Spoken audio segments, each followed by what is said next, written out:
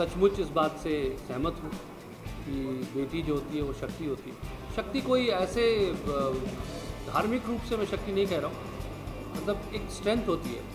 और एक बाप से आप पूछेंगे तो आपको बता देगा कि वो किस तरह से अपनी बेटी से अपनी शक्ति पाता है। पता नहीं कहीं हम लोग शायद बेटी को कहीं एक हमारे समाज की एक ऐसी धारणा रही, ऐसी स्थिति हो गई कि वो बेटी की उस शक्ति को समझने की जगह हमें उसे अपनी कमज़ोरी समझने लगे। तो आज देख लिया आपके सामने इतनी जर्नलिस्ट हैं खड़ी होती हैं। आजकल सारे जर्नलिस्ट तो एक्चुअली जर्नलिज्म ही बंद हो जाएगा अगर लड़कियाँ ना हो तो, मेरे हिसाब से। तो आजकल जो समाचार लोगों तक पहुँच रहे हैं वो भी लड़कियों की वजह से ही पहुँचते हैं। कुछ दायित्व निभाने के लिए मुझे लगता है कि वो तैयार होती है हमेशा।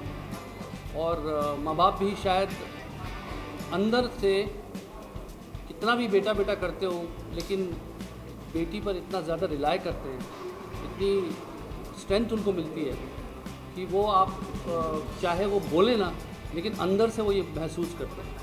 और मुझे लगता है कि मैं खुशकिस्मत हूँ कि मेरी एक प्यारी सी बेटी है और उसकी वजह से मुझे जीवन की बहुत सी चीज़ें दिखाई दी हैं, मैंने समझी हैं।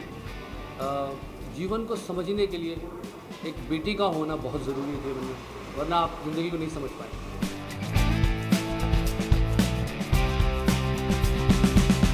जी, किताब में तो मेरा कंट्रीब्यूशन है और मेरी अपनी बेटी है, उसके ऊपर हमने लिखा है नारी जो है वो देश की 50% शक्ति होती है, उसको उसका हक, उसका कर्तव्य मिलना चाहिए। मैंने तो कभी अपने स्वयं परिवार में बेटी और बेटा में कोई अंतर नहीं रखा है।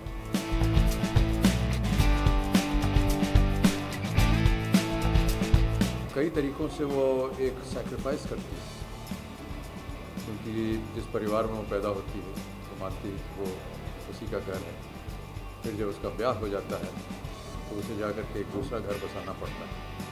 और इस तरह से मैं मानता हूँ कि नारी जो होती है उसमें ज़्यादा शक्ति होती है, क्योंकि दो तरह के उसको एक जीवन बिताने पड़ते हैं, फिर उसको अपना घर बनाना पड़ता है।